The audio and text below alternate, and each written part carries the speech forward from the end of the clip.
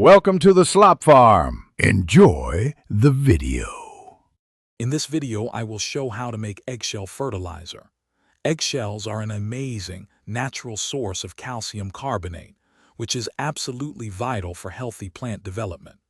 Before anything else, it is crucial to clean your eggshells very well. Make sure to remove all traces of egg white or yolk. A quick boil for about 10 minutes will sterilize them and helps remove any stubborn inner membranes. Once your eggshells are clean, the next step is to dry them completely. This is super important to prevent mold. You can air dry them for a few days, or bake them at about 200 degrees Fahrenheit for 15 to 20 minutes. After drying, grind them into a very fine powder using a coffee grinder or blender. The finer the powder, the better plants can absorb nutrients.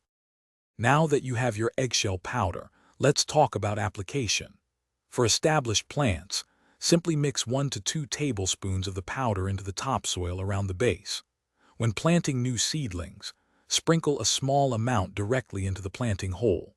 You can also make a liquid feed by soaking about 1/4 cup of powder in 1 gallon of water for 24 hours, then use it to water your plants.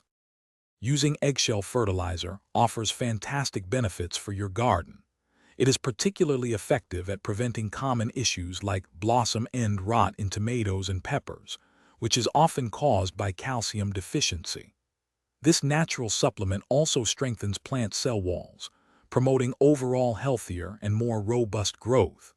For best results, apply this wonderful fertilizer every 2 to 3 months to ensure your plants receive a steady supply of calcium.